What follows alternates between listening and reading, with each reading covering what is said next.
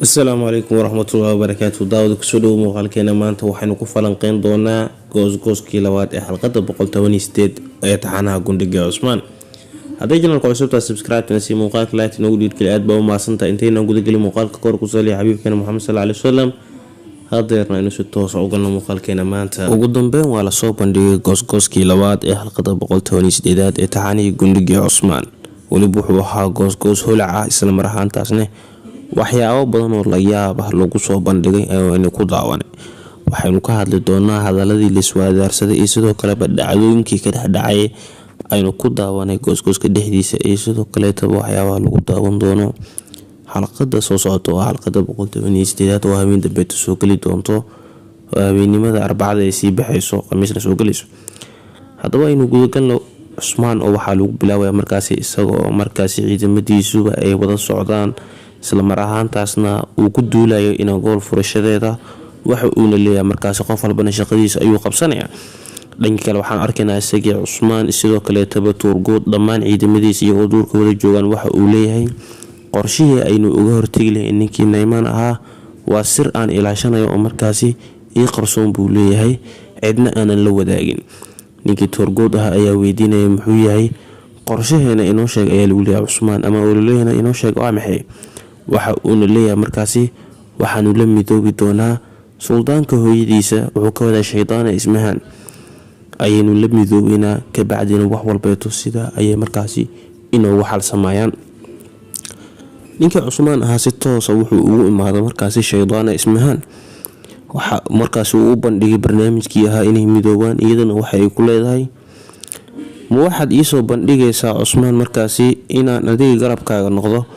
isigana waxa uu ku leeyahay lama taagna xilligii aynu wax isu soo bandhigi lahayn oo waqtigii aynu midoob lahayn oo markaasi aynu wada jira noqon lahayn gaaladana si toos ah markaasi inagoo midoob ah aan uga hortagi lahayn ayuu ku leeyahay.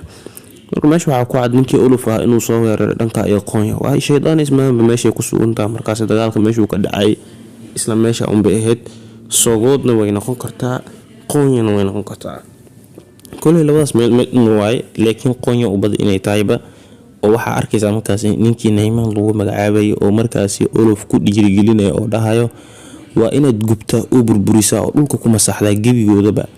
ninkii Uluf ciil bahay markaasna waxa ku kalifay inuu Uluf sidaan uu ciishoodo wax kale ma walaalkiisa Daan meedkiis ayaa loo keenay sidaad arkaysaanba meedka walaalkiis ayaa horyaal markaas isagana wuxuu doonayaa markaas inuu walaalkiisa u soo aaro waxa uu rabaa markaasi inuu Turki fara badan u baabiyo si markaasi walaalkiisa uu u nasto asaga sida ayuu doonayaa ninka Uluf lagu magacaabo. wax si dirdirayna waa Naymaan ciidamo fara badan ayuu ku caawin doonaa ninka Uluf lagu magacaabo. Uluf sidaas darteed weerar ayuu qaaday weerarkaasna isaga guul ayuu ka keenayaa walaalkiisna waa uu aari doonaa ninka Uluf lagu magacaabo. laakiin Uluf qalcadiisii inta ka tagay in gool uu xukumayay ayuu markaasi meesha isaga tagay. kadibna meesha waxaa ka dhacday in Cusmaan uu soo weeraro isla mar ahaantaasna waxaa la iska rabaa iridiisa loo soo geli lahaa in la furo wax loo baahan yahay. sida la soconaba seasonkii labaad ee taxanaha Gundhiga Cusmaan mar Cusmaan oo kala jaxisaar laga la wareegi jiray waayay Nicola ka qaaday jiray isagana uu la soo wareegay markaasi qalcad waxa uu dhex jiray markaas Booraan iyo sidoo kale Bogogtoog iyo ciidamo kale. marka ninka furaya Joogtoog ayuu ahaa markaasi irida furayay waxaanu la soconaa gabadhii Helen lagu magacaabay inay amar ku bixiso markaas in Joogtoog la dilo falaar ayaana lagu dhiftay sidoo arkaynay xaalad aan u malin jirnay markaasi inuu dhiman rabo ninkan Joogtoog lagu magacaabo. isla xaaladaas maantana waxay qabsatay ninkii markaas lagu magacaabay Jeerkutay goosgooska waxaad ku arkaysaa Jeerkutay oo seef la gelinayo. anigu waan filinayay waxyaabahan oo kale inay dhacayaan maxaa yeelay Jeerkutay in qalcad in gool iska galo wax walbeetan ay u dhacaan sida iyaga ay rabaan macquul maahan. Uluf waa inuu dadkan dhaawac weyn gaarsiiyo si iyaga laftikooda guul wuxuu waxay noqonaysaa markaasi in wax la taaban karo ay noqonaysaa maadaama ninkani jab weyn uu soo gaaro lagu magacaabo Jeerkutay. laakiin su'aasha Jeerkutay taxanaha misaga bixi doona ma ilaa qorshaha ku jiro in Jeerkutay taxanaha laga saaro inkastoo dad badan taxanaha hadeer ay isaga bixi rabaan laakiin Jeerkutay weli qorshaha lagu dirin mana ka bixi doono wax hadiis bilcagsi laga dhigana waanu arkaynaa. ninka taxanaha isaga bixi doona waa sida ninkan lagu magacaabo Mudane Octam iyo sidoo kale gabadhii Friig lagu magacaabo. Jeerkutay wuxuu la hadlayaa marka gabadhii lagu magacaabay Oljin waxa uu ku leeyahay waa inaad iridu furtaa dhulkeena dartiisa waa inaad u furtaa macnaha deegaanadeeni dhulkeena si aan u soo ceshina darteed waa inaad iridu furtaa. eedana si toos ay markaasi gabadhaas u furaysaa. Cusmaan iyo ciidamadiisa dareerayaan ayaana markaasi qalcadda inuu gool soo wada galay, isla markaasna isku weer ka qabtay baabi'ina ciidamadii oo idil. Cusmaanna markaasi waxa uu yiri waqtigii aynu u qabanay daalimiinta barta ayuu ku ekaa, muddadii aynu u qabanay daalimiinta waa ay soo idlaatay ayuu leeyahay, waa ay soo dhamaatay.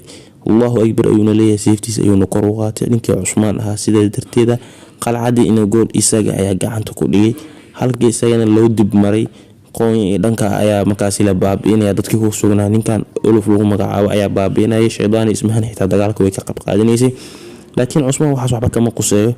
kulley wuu arki doonaa wax walbeeto oo meesha ka dhacaya, maadaama Shaydaan ismahan asaga ay midoobeen, iyadana dhankeed ay dagaal ka gashay, isagana dhankiisa ayuu markaasi dagaalka ka wadaa. dagaalkanina waa dagaalkii Cusmaan ee guusha uu ka soo hoyay, iyadoo aynu markaas arkayno Cusmaan oo salaada intay dugtaan asii dhammaan ciidamadiisa isla markaasna dhahayaan jihaad ayaynu geli doonaa ee dagaalkeena Ilaahay noo barakeeyo.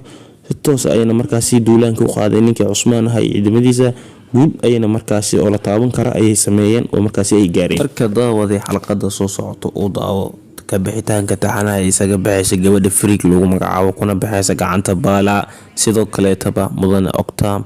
dhanka kale cadow fara badan oo Cusmaan leeyahay taxanaha way isaga howleeli doonaan, hana kariyo markaasi dhanka Cusmaan asagana dad fara badan ayaa ka howleeli doonaan. marka intaas baa loo daawan doonaa xalqada soo socoto oo ah markaasi xalqada 128aad argoosiga Uluf iyo sidoo kale taba Cusmaan oo dib u soo ceshanayo dhulkiisii horetay in gool hore uu furtay uu kala wareegay ninkii Nicole lagu magacaabay.